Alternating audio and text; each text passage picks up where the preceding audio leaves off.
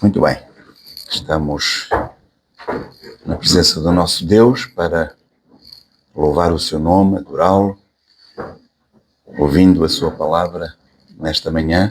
A primeira coisa que vamos fazer neste momento é convidar as nossas crianças. Eu penso que só temos aqui o Tomé. Há outra criança, mas ela é pequenina, muito pequenina ainda, para a história. O Tomé, vou convidar o Tomé para vir aqui à frente, obviamente, representar toda a família infantil da igreja, que hoje não está presente, mas que é bem representada pelo Tomé. Temos então aqui, meu querido, uma experiência para tu guardares no teu coração.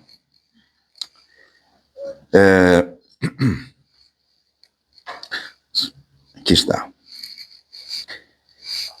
Eu quero partilhar contigo, bem, também aqui na sala, temos a sala cheia de crianças, não é? Porque apesar de termos cabelos brancos, também somos crianças. Jesus disse que temos que ser como crianças, por isso, se não formos, não herdamos o reino dos céus. Foi o que Jesus disse.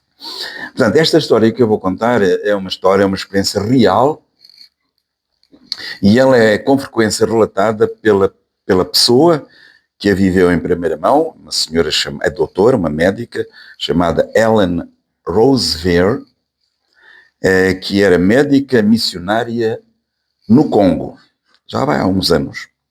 E, portanto, envolve crianças numa escola missionária. Eu penso que tu não sabes o que é as missões. Nunca te falaram nisso? Já? Sabes o que é? Mais ou menos? Há uns anos atrás, portanto, havia países como a África, por exemplo, isso era muito vulgar, irem missionários, pastores ou pessoas pregadores do Evangelho, que se voluntariavam para ir para a África, vários países da África, para ensinar ou pregar o Evangelho, ensinar as pessoas sobre a palavra de Deus, sobre a Bíblia, para elas se prepararem também para a volta de Jesus. Depois isso, digamos assim, que ficou um bocadinho parado, num sentido, porque havia muitas colónias, não é?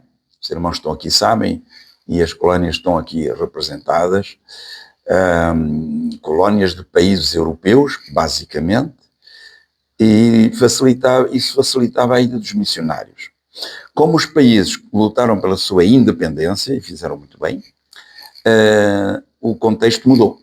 Portanto, já não havia assim a possibilidade de ir missionários para lá. Há a possibilidade de ir, mas agora com o acordo e dentro de um contexto mais de países independentes. Pronto, isso não é muito importante para o Tomé, mas só para os irmãos ficarem no contexto.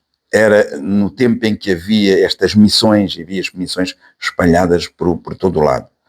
Portanto, não vou entrar em grandes pormenores sobre isso, mas a situação que interessa é que uma das missionárias estava lá na missão a ajudar uma mamã a dar à luz, só que, infelizmente, ela faleceu durante o parto. Não foi um parto bem sucedido, e então a mamã faleceu, e o bebê, que era prematuro, portanto, ele estava para nascer antes do tempo normal, por isso é que ele era prematuro, ficou em risco de vida. Então, era preciso que o bebê fosse mantido quente. Mas, naquele tempo, a única botija de água que tinham no hospital da missão rebentou. Então não havia a botija e nem havia... Havia pouco recurso, não é? Na missão não havia muito recurso e aquela botija era muito importante. Não tinham eletricidade, não tinham incubadoras e, portanto, a sobrevivência daquele bebê parecia praticamente impossível. Acontece que na escola missionária foram contar às crianças dessa escola aquilo que tinha acontecido. E uma menina com cerca de 10 anos, chamada Ruth, ela tinha o hábito de falar com Jesus e gostava de o fazer, de orar. E ela disse, eu vou orar a Jesus sobre isso. E ela disse, foi a doutora que escreveu a oração, lembrou-se da oração, e a Ruth disse: querido Jesus, tu sabes o que se passa aqui. Oh, querido Jesus, manda-nos uma botija de água quente, por favor. Olha, e já agora manda também uma boneca para que a pequena irmãzinha deste bebê não fique triste. Porque o bebê tinha uma irmã mais velha e ainda era pequenina. Aquelas missionárias ficaram muito impressionadas e comovidas com a oração desta menina. Mas acharam, pensando bem, impossível que isto fosse acontecer. Como é que poderia uma botija de água quente chegar ao meio de África sem aviso logo naquele dia? Não é? As pessoas adultas que estão aqui pensam, não é só?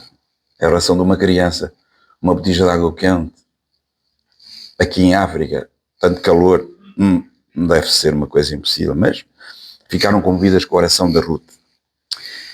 Ora, naquela mesma tarde chegou uma caixa de donativos enviada meses antes por uma igreja da Europa. As crianças correram a abrir a caixa. E sabes o que é que eles encontraram no fundo da caixa? Uma botija de água quente nova. Enviada sem ninguém saber qual era a necessidade daquela botija no futuro. Alguém meteu numa caixa uma botija de água quente. E por cima da botija tinha uma boneca. Exatamente como a Ruth tinha pedido. A botija de água quente serviu imediatamente para salvar aquele bebê e a boneca foi entregue à irmã do bebê, tal como a pequena Ruth tinha orado. Bonita essa história, não é, meus queridos? Ela me comoveu quando eu a preparei, quando eu tive contato com ela. Bastante mesmo. E esta médica missionária escreveu o seguinte: antes de abrirem a caixa, eu não acreditava que Deus pudesse mandar uma botija para nós, para o calor da África. Mas uma criança acreditou. E Deus honrou a fé desta criança. Portanto, Tomé, falar com Jesus é muito importante, seja qual for a circunstância.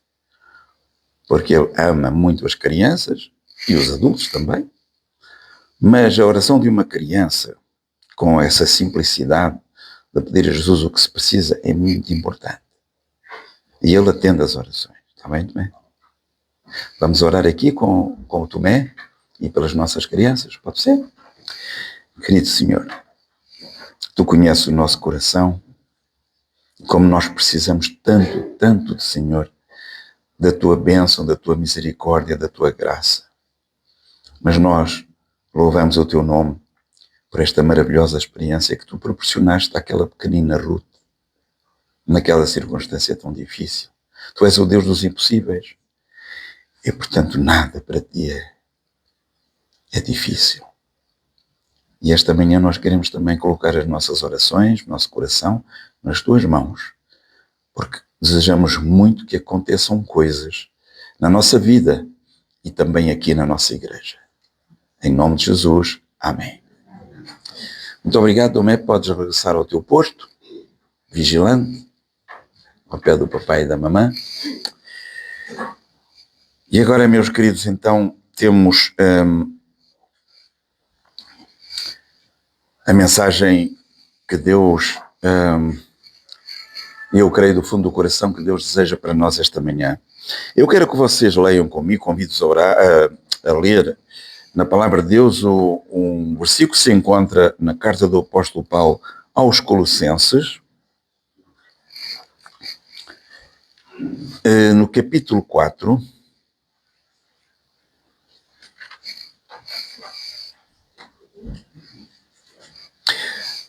Colossenses capítulo 4, versículo 2, diz assim na Palavra de Deus: perseverai em oração, velando nela com ação de graças. Sim, irmãos, nós falamos muitas vezes, temos consciência disso, da importância da oração. Falar com Deus. A oração, podemos compará-la a um continente, digamos assim, inexplorado, onde um tesouro incalculável permanece para ser desenterrado. Imaginem um continente e alguém que procura, vocês conhecem essas histórias, não é? Dos mapas do tesouro. Eu, quando era mais criança, gostava muito dessas histórias. Procurar um tesouro com um mapa. Maravilha. Então, esta manhã eu quero comparar a oração a um tesouro incalculável, é tão precioso, que tem que ser encontrado. É um desafio, não é? Isto é um desafio. Deixem-me dizer-vos, um pregador batista de origem inglesa chamado Frederick Mayer, que viveu na segunda metade do século XIX e no início do século XX, ele declarou a propósito da oração o seguinte: a grande tragédia da vida não é a oração não respondida, mas a oração não oferecida. Às vezes nós pensamos, não é? Já temos refletido nisso, porque é que Deus não responde àquela oração. Mas este pregador, e eu estou de acordo, subscrevo, a grande tragédia da vida não é a oração não respondida, mas a oração que não é oferecida. Em vez de ser algo que nós fazemos todos os dias, como respirar, nós temos que respirar todos os dias, comer, andar, conversar. Parece que a oração se tornou aquela caixinha coberta de vidro que vocês já viram, às vezes, numa parede que diz parta em caso de emergência. A caixinha está ali. E ninguém ousa mexer. Tem lá, tem um martelinho. Se for preciso, parte-se o vidro. A oração às vezes parece isso, irmãos. É verdade que muitas vezes nós associamos a oração a crises na nossa vida.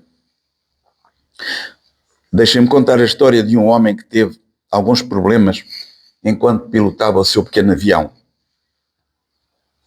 Ele ligou para a torre de controle e disse: piloto para a torre de controle, eu estou a 480 km do aeroporto e a 200 metros de altitude estou sem combustível. Estou a descer rapidamente, por favor ajudem-me. E o controlador da torre respondeu: torre para piloto, por favor, repita depois de mim. Pai nosso que estais nos céus. Os irmãos depreendem o resto, não é? Sim, amados, a oração é em grande parte um recurso inexplorado, um continente inexplorado, como eu disse, onde um tesouro incalculável permanece para ser desenterrado. É um assunto que se fala muito. Sim, mais do que qualquer outra coisa, mas menos praticado do que qualquer outra coisa. Isso é um facto. E ainda assim, para o crente, continua a ser um dos maiores presentes que o nosso Deus nos deu, para além da salvação em Cristo, obviamente. Decorria o ano de 1952 e o famoso Albert Einstein estava a dar uma palestra no campus da Universidade de Princeton.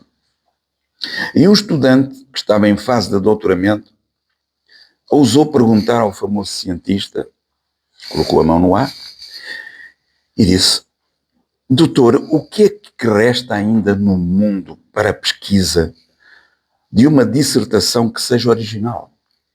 O que é que resta? E aquele homem famoso, Albert Einstein,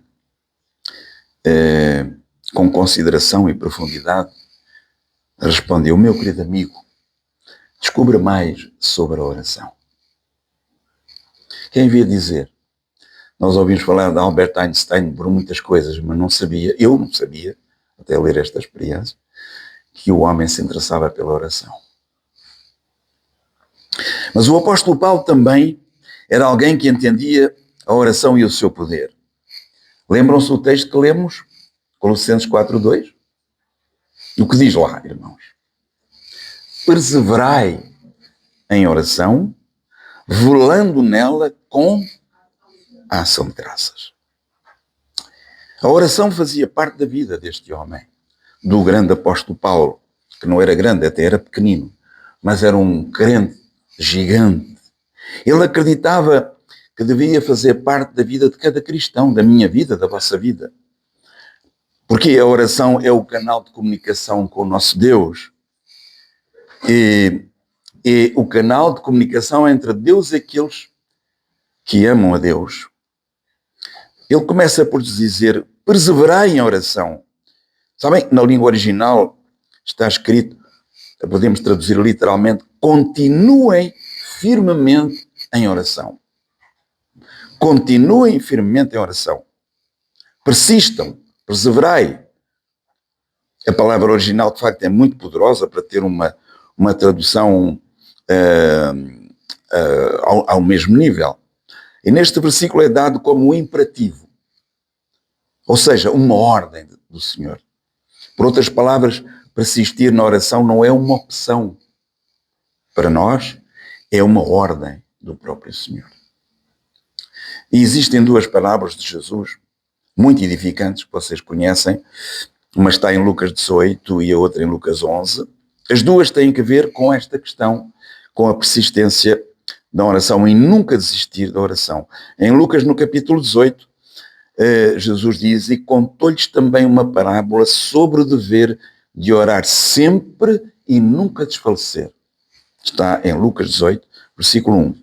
E em Lucas 11, 9, é onde nós encontramos aquela promessa que diz, pedi, como a Ruth sabia isso, a pequenina Ruth, pedi e dar-se-vos-á, buscai e achareis, batei e abrir-se-vos-á. Parece simples, não é, meus queridos? Mas foi Jesus que disse para fazermos isso.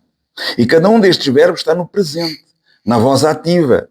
Pode ser traduzido da seguinte maneira, continuem a pedir, continuem a procurar, continuem a bater, não desistam.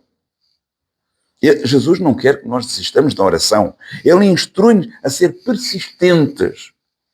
Agora, meus queridos, deixem-me dizer, há uma diferença entre uma oração persistente e uma oração longa. Eu costumo contar esta história, que eu era bastante jovem, recém-chegado à igreja, e às vezes, me lembro, alguém contava isso com alguma frequência numa história. Eu conhecia a mensagem na igreja da Amadora, não sei se vocês também, uma cidade satélite de Lisboa, e contava-se que um irmão muito fervoroso da igreja de Lisboa, que frequentava sempre reuniões de oração, só que aquele irmão tinha uma qualidade, ele fazia orações muito longas. E conta essa história que um dia ele estava na sua oração e às tantas ele disse assim, Deus, graças te dou pelas pessoas que estão a chegar agora à igreja. Só que as pessoas não estavam a chegar, estavam a sair. A oração foi tão longa que os irmãos já não tinham mais paciência. E eu, quando ouvi esta vez, a história pela primeira vez, pensei, será que isto é mesmo verdade? Mas garantiram que era verdade. E eu conhecia esse irmão. Portanto, uma oração persistente não tem que ser uma oração longa, queridos irmãos. Alguém que persiste na oração não precisa necessariamente fazer uma oração longa. Mas persistência significa não desistir. Até há um hino do nosso cenário muito bonito que tem, não é? Conhece? Não desistir. Persistência significa não desistir. E o que acontece, infelizmente, é que algumas pessoas desistem. E até com alguma facilidade. Desistem porque dizem que não se sentem vontade de orar. Pastor, eu sei que é importante, mas não sinto vontade. Porque de alguma maneira perderam. Orar, irmãos, sejamos honestos. Orar, falar com Deus é um momento de alegria. Porquê? Não estamos a falar com uma pessoa, não é? Por muito importante que seja. Vocês viram na televisão aquele aparato todo, agora um parênteses, da visita do Cristiano Ronaldo à Casa Branca. Quem havia de dizer? Agora toda a gente, uns dizem bem, outros dizem mal, isso não interessa. Mas pronto, o rapaz sentiu-se honrado de estar a falar com o homem mais poderoso do mundo. Mas eu quando estou a orar não estou a falar com o homem mais poderoso do mundo, irmãos. Estou a falar com o meu Deus. com o Criador do Universo. Vocês já imaginaram? Parar um bocadinho só para pensar com quem estamos a falar? É preciso. Isso é preciso. Então essas pessoas que não têm vontade, por alguma razão perderam a alegria de orar. Ora, acontece que não podemos viver apenas de acordo com os nossos sentimentos, não é, irmãos? É difícil isso. E por isso eu tenho aqui uma experiência de um senhor, um cristão, que eu conheço a história, e muitos de vocês também já ouviram falar, ou já conhecem a história, George Muller. Lembram-se? Conhecido como um dos maiores guerreiros de oração de todos os tempos. Ele disse uma coisa sobre a oração. Mas eu gosto muito das histórias que ele contava, da experiência. Vocês sabem que ele viveu num tempo muito difícil, em Inglaterra, quando havia uma recessão enorme, havia uma quantidade enorme de crianças órfãs nas ruas, e que ninguém tomava conta. E aquele senhor, aquele crente, decidiu tomar conta dessas crianças. Só que ele não tinha fundos. Então tudo o que ele precisava pedia a Deus. E o que acontece, irmãos? É que ele pedia e Deus dava. Das histórias que ele conta, por exemplo, ele chegou a ter cerca de 200, 300 e mais crianças. Não tinha como dinheiro para comprar o pequeno almoço. Então, antes, sentava as crianças à mesa e oravam todos: Senhor, graças te damos por este belo pequeno almoço que nos vais oferecer.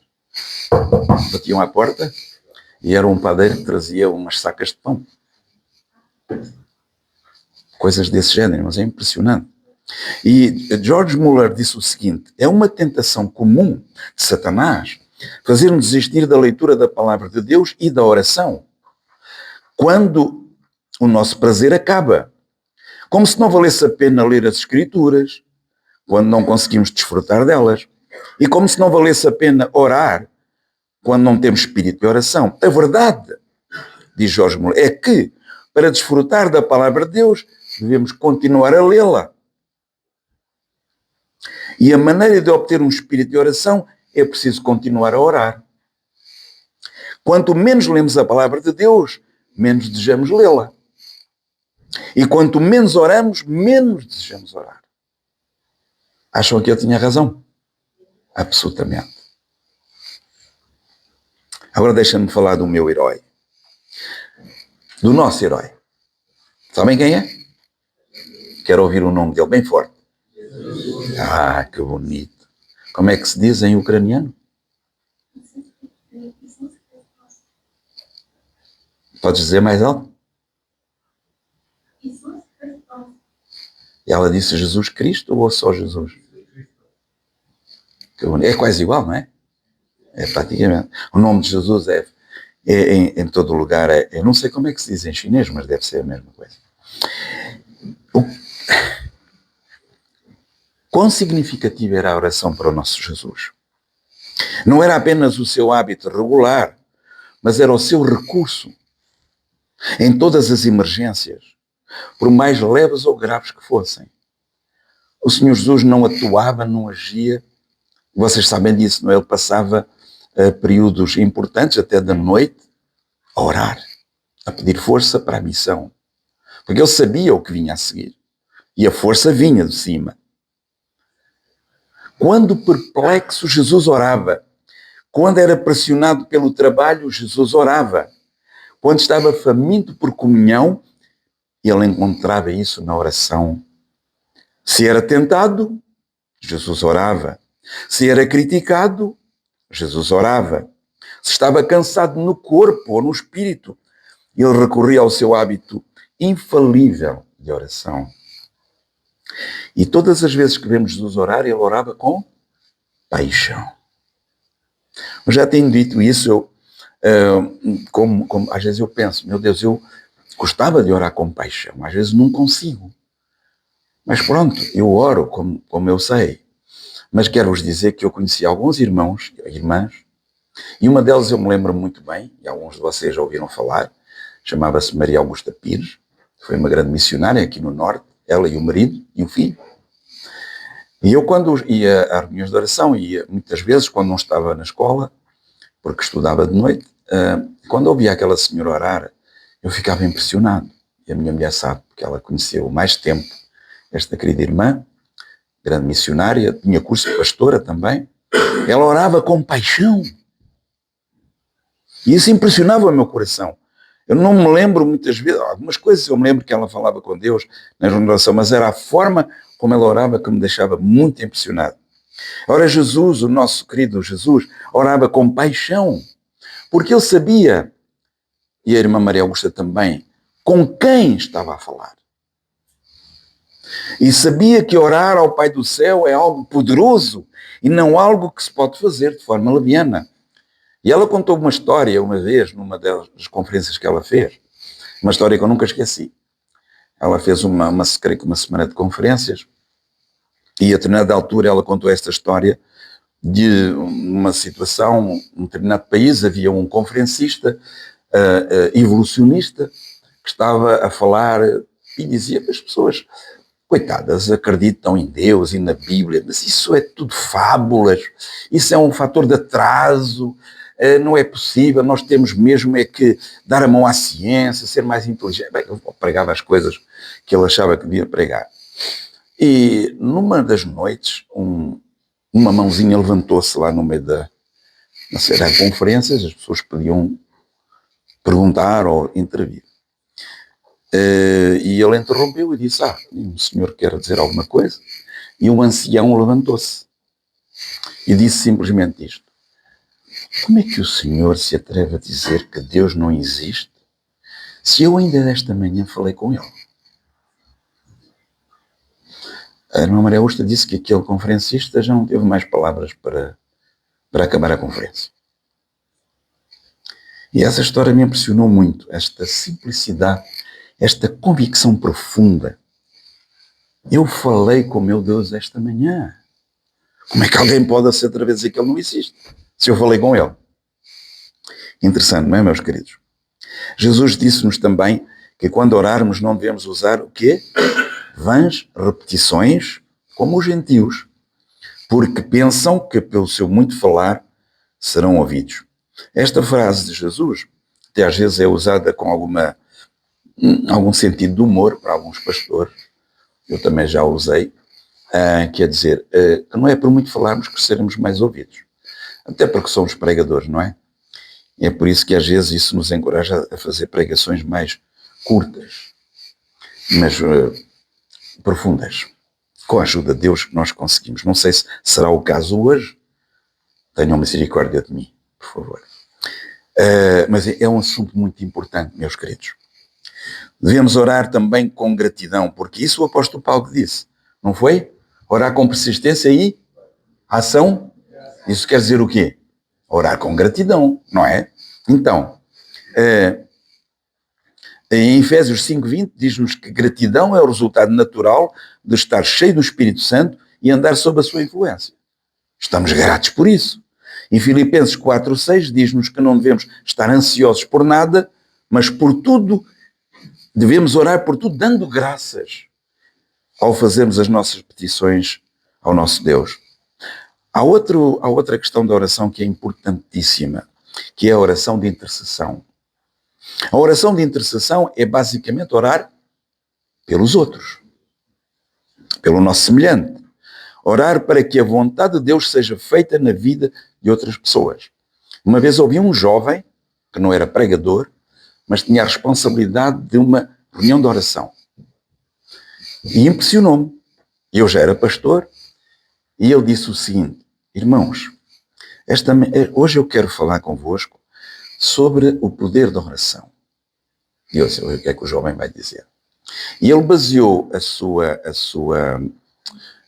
a tese, naquele momento, num escrito da Sra. White. E ele disse o seguinte, quando nós pedimos alguma coisa a Deus por outra pessoa, por um semelhante, o inimigo vem e diz, não, aquela, nem pensar, são pecadores, não podes. E o Senhor responde, sim, eu vou agir porque alguém me está a pedir. É o argumento do Senhor. E eu fiquei impressionado com aquela explicação, assim, o pastor devia conhecer os escritos da Sra. White, eu não tenho Não tenho tudo de cor, nem tenho a Bíblia de cor. Mas há coisas que causam impacto no nosso coração. E esta foi uma delas, sobre a oração de intercessão. Orações de intercessão caracterizam também a vida de oração de Jesus. Lembram-se o que ele disse a Pedro? Orei por ti para que a tua fé não desfaleça. A oração de Jesus foi ouvida? Foi. Foi ouvida. Pedro estava a lutar? Sim. Mas a bênção veio do céu. Irmãos, não desistamos de orar uns pelos outros. Eu já vou falar um pouco mais disso, se vocês me derem a oportunidade. Jesus na cruz, o nosso herói, orou dizendo o quê? Pai, perdoa-lhes, porque não sabem o que fazem. Que oração maravilhosa, irmão. Alguém aqui nesta sala, alguma vez, viveu uma experiência semelhante? De ter Jesus no seu coração, o Espírito Santo, e se alguém o está a agredir, seja fisicamente ou moralmente, e dizer, Pai, perdoa-lhe porque não sabe o que está a fazer. Mas esse é o exemplo que o Senhor nos dá. E em Hebreus, no capítulo 7, versículo 25, nos diz, por isso também ele pode salvar perfeitamente os que por meio dele se chegam a Deus, vivendo sempre para interceder por eles. Já viram? Pensaram também nisso, que nós temos lá no céu um advogado, que é o nosso Senhor. Portanto, irmãos, compreendendo o poder da oração, o apóstolo Paulo queria ter a certeza de que os cristãos de Colossos entendiam aquilo porque deviam orar. E ele queria que eles orassem com um propósito específico. Vejam só, eu estou agora aqui a especificar um bocadinho melhor. No caso, o apóstolo Paulo queria que eles orassem por ele, pedindo a Deus para abrir uma porta para a pregação do Evangelho. Esta era a paixão do apóstolo Paulo. Perseverai na oração com ação de graças. Foi o Evangelho pelo qual Paulo viveu, foi a pregação do Evangelho que levou Paulo à prisão. Foi a pregação do Evangelho que teve sempre o primeiro lugar na mente deste homem. E ele orava, o pensamento dele estava focado nisso. E este é um aspecto importante desta pregação, irmãos. Estou já a avisar, vocês vão ver porquê. O apóstolo Paulo queria que o reino de Deus se expandisse. Ele tinha isso no seu coração. Ele compreendeu o sentido da missão. Tinha isso dentro dele. E vocês sabem dele que ele não falava só disso, não é? Ele chegou até a Espanha. Enfrentou perigos, naufrágios. Foi picado por uma serpente. Ele não parava de pregar o Evangelho. Aliás, ele disse que não se envergonhava do Evangelho, porque o Evangelho é o poder de Deus para todo aquele que crê. Exatamente. Queridos irmãos, tal como Jesus, o apóstolo Paulo preocupava-se com os seus semelhantes, com a sua salvação e a sua santificação. Amados, deixem-me perguntar-vos uma coisa. Quantas das nossas orações são direcionadas à expansão do reino de Deus, em lugar da expansão dos nossos pequeninos reinos insignificantes? Eu sei que algumas coisas que eu digo são desafiadoras e eu peço sempre ao Senhor que não sejam ofensivas. Mas elas são primeiro para mim. A pergunta é para mim. Luís, quantas das tuas orações são direcionadas à expansão do reino de Deus em lugar da expansão dos teus pequeninos reinos insignificantes? Se vocês quiserem ter a gentileza de pôr o vosso nome nesta pergunta, podem pôr. Se nós pudéssemos registrar as nossas orações, sabendo quanto tempo gastamos a orar por coisas diferentes, quanto do nosso tempo gastamos a orar pela nossa família, pela saúde e bem-estar dos nossos entes queridos, em comparação com o tempo que gastamos a orar pelos perdidos, qual acham que seria o resultado?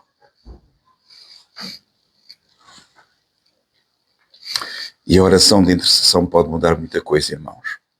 Quando oramos uns pelos outros, quando oramos para que a obra de Deus seja feita, para que a sua vontade seja realizada, o Senhor começará a usar-nos e a fazer-nos crescer de tal forma que irá surpreender aqueles que estão à nossa volta.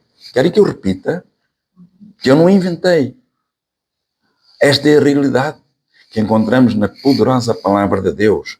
Quando oramos uns pelos outros, quando oramos para que a obra de Deus seja feita, para que a sua vontade seja realizada, o Senhor começará a usar-nos e a fazer-nos crescer de tal forma que irá surpreender aqueles que estão à nossa volta. É disto que precisamos ou não, irmãos? Aqui nós. Eu e vós. Que esta é a nossa realidade aqui. Eu podia generalizar em Portugal, no mundo. Não, aqui é um Oliveira das Meias, irmãos. Onde estamos, onde Deus nos colocou para cumprir a missão. A oração abre também, e não posso deixar de dizer isto, os nossos olhos espirituais. Recordam-se naquele relato bíblico em 2 de Reis, no capítulo 6, quando um exército de Israel foi cercado pelos seus inimigos e o servo do profeta Elias ficou nervoso. Lembram-se da história?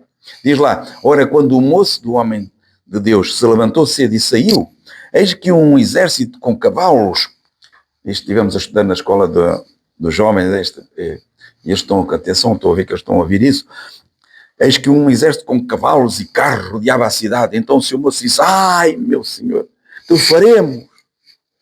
E Elias respondeu, não temas, não tenhas medo, porque são mais os que estão connosco dos que estão com eles. Então Eliseu orou e disse, eu disse Elias, mas era Eliseu, disse, Senhor, peço-te que lhe abras os olhos para que veja. E o Senhor abriu os olhos do moço e ele viu, e eis que a montanha estava cheia de cavalos e carros de fogo ao redor de Eliseu. Quem eram esses cavalos? Eram anjos. Mas o rapaz não via aquilo, porque os olhos da fé não conseguiam ver. Mas a oração, meus queridos irmãos, abre os nossos olhos espirituais. A oração abre os nossos olhos, permite-nos ver aquilo que Deus está a fazer, permite-nos ver coisas para as quais somos cegos. Sem a oração.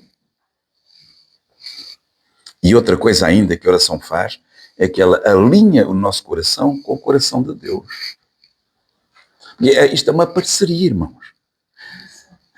A salvação, o cristianismo, o cristão vivo, é uma parceria minha com Deus. É verdade. A oração ajusta, alinha e define os nossos pensamentos, as nossas emoções e as nossas ações. Tão importante isto. A oração permite-nos seguir em frente, irmãos. A oração envolve Deus e capacita o povo de Deus e amplia o seu reino. Jesus disse, sem mim, nada podeis fazer. Não é importante essa simples frase. Sem mim, nada podeis fazer. Vocês recordam-se, eu já tinha mais ou menos esta pregação alinhavada, mas na convenção pastoral que vivi com a minha esposa, domingo, segunda e terça, um colega fez uma pregação poderosa e lembrou-me este assunto. Então eu adaptei. E vocês lembram-se da história de Neemias? Sim? A Neemias servia como copeiro do rei Artaxerxes. É uma posição de confiança. Era uma posição de, como é dizer, de confiança e também de uma posição superior, de conforto. Ele estava bem, não precisava de nada, tinha os favores do rei e certamente ganhava bem. Estava confortável ali a família. Ora, quando Neemias soube que Jerusalém estava com as muralhas destruídas e o povo desanimado, o que é que aconteceu com Neemias, irmãos? Disse, coitados, eu estou aqui bem. Tenho que me preocupar com isso. Eles que se desenrasquem, meteram-se no problema, desculpem a expressão, resolvam. Eu estou aqui bem. Não, queridos irmãos. Neemias ficou profundamente triste, eu estou simplesmente a resumir, e orou fervorosamente a Deus, pedindo orientação. Agora pergunto, um homem naquela posição, confortável, vai orar fervorosamente, sabe o que é que isso quer dizer, como Paulo diz? Persistentemente, fervorosamente a Deus, preocupado com aquela situação e pedindo orientação. Mas o mais interessante na história de Neemias é que não ficou apenas pela oração. E isso é que me surpreende. Ele juntou à oração, sabem o quê? Ação. Goretti não se esqueceu. Ação, oração e ação. E podemos afirmar, irmãos, pela graça de Deus, por aquilo que Ele revela, que a oração mais a ação é igual a sucesso ou vitória. Com a autorização do rei, Neemias regressou a Jerusalém. Vejam, foi pedir ao rei, vocês sabem a história, não é? Regressou a Jerusalém como governador com o objetivo de fazer o quê, irmãos? Reconstruir as muralhas da cidade de Jerusalém. Porque é que isso é importante, irmãos? O que é que tinha Jerusalém? Estava tudo em ruínas. Qual é a importância da cidade de Jerusalém? Digam-me lá vocês. Qual é a importância de Jerusalém? É a cidade de quem, irmãos? Que representa o quê, irmãos? O poder de Deus na terra. Foi a missão que lhes foi dada a Israel. O poder de Deus, a missão de Deus na terra. E isso preocupou Neemias. Possuiu o seu coração. E ele queria reconstruir as muralhas da cidade de Jerusalém. Agora, ele não chegou lá com o dinheiro todo, com as coisas todas, vamos reconstruir isto e já está. Sou governador, tenho dinheiro, tenho posses, fui mandado pelo rei Artaxerxes. Não, irmãos. Ele enfrentou uma forte oposição de inimigos externos e dificuldades internas no povo. Vocês podem reler o livro de Neemias e vocês vão ver isso. Neemias organizou as famílias e a obra foi concluída, sabem quantos dias? Lembram-se? 52 dias. Graças à colaboração do povo, liderado por ele, mas sobretudo graças ao poder de Deus. Oração e ação. É o que nós precisamos, irmãos. Além da reconstrução física, Neemias desempenhou também, como sabemos, um papel essencial na renovação espiritual da nação. Está lá. Trabalhou em conjunto com Esdras para levar o povo ao arrependimento. Nós falamos tantas vezes, irmãos, numa reforma. Eu acho que desde que sou crente que ouço falar nisto. Mas reforma não vejo nenhuma. Mas Neemias, com o poder de Deus, com oração e ação, ele fez isso, os irmãos podem ler lá. Ao arrependimento, à leitura pública da lei, ao estabelecimento da oração como deve ser e ao compromisso de obedecer aos mandamentos de Deus. Houve uma reforma, houve um reavivamento. Tudo isso, podemos dizer, irmãos, com humildade, graças à oração persistente de quem? De Neemias. E à sua ação determinada. Vamos! Oração mais ação. Estou na conclusão, meus queridos. O que é que nos falta a nós, irmãos, aqui em Oliveira das Meias, na Igreja de Deus aqui em Oliveira das Meias? O que é que nos falta, irmãos? Como está a vossa vida de oração? A nossa. Temos sido nós persistentes na oração? As nossas orações são apaixonadas ou superficiais?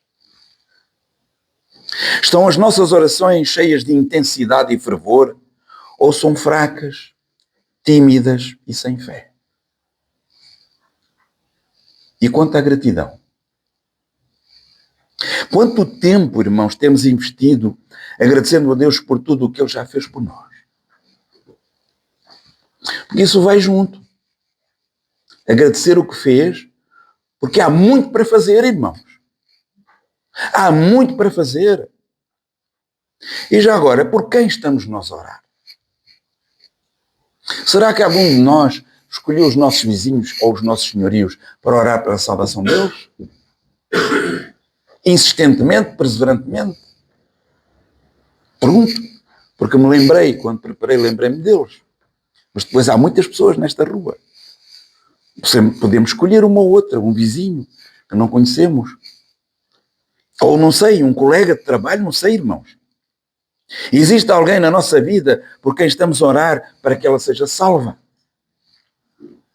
Será que existe, já agora, irmãos, um peso no nosso coração para ver o reino de Deus expandir-se e para ver a sua vontade feita aqui, nesta cidade? O que vos diz a vossa consciência, irmão? Sim, queridos irmãos, eu penso como vós. falta-nos um pouco de tudo. Para não dizer que nos falta tudo, porque não é verdade. Falta-nos um pouco de tudo. Sejamos honestos. E, irmãos, olhemos para as nossas muralhas de Jerusalém. As nossas. O nosso contexto. Olhemos para elas. Como está a casa do Senhor neste lugar? Estamos nós satisfeitos com ela? Por fora e por dentro? Estamos nós felizes com o que vemos? Neemias não estava. Porque sabia, pela graça de Deus, a importância das muralhas e aquilo que representavam. Se estamos felizes, irmãos, ou conformados, se estamos a dormir descansados com a situação atual, então quero-vos dizer com humildade no meu coração, eu sinto mesmo, prezados irmãos, não são só as muralhas do Senhor que precisam ser restauradas, o nosso coração também precisa de uma grande reparação. E sim, uma vida de oração e de ação é o que mais precisamos para cumprir a missão que o Senhor nos confiou neste lugar. Não há 33 coisas, irmãos. Só há 2. Oração e ação. E veremos as coisas surgirem pela graça de Deus. E não veremos mais desculpas ou razões. No meu ministério vi muitas vezes os irmãos.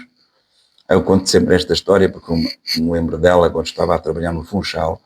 Os irmãos da Igreja Central do Funchal tinham dificuldades em ir trabalhar para o Machique. O Machique é onde tem o aeroporto da Madeira. E eu disse, irmãos, porquê? Oh, pastor, aquelas pessoas, nem pensar. Desde 1900, já falavam 29 ou 34, já não me lembro, que nós andamos lá e até fomos apedrejados. Mas esqueça, pastor, ali não, vamos para outro lugar. E quando me dizem essas coisas, então eu faço precisamente o contrário. E eu disse, não, irmãos, é ali que vamos abrir uma igreja. Não é porque eu queira, mas porque este é o desafio de Deus. O trabalho não é nosso. Este é o projeto de Deus, é a paixão de Deus. Foi por isso que Jesus veio aqui e que entregou a sua vida pelas pessoas de Machique e de Oliveira das Semeias, irmãos.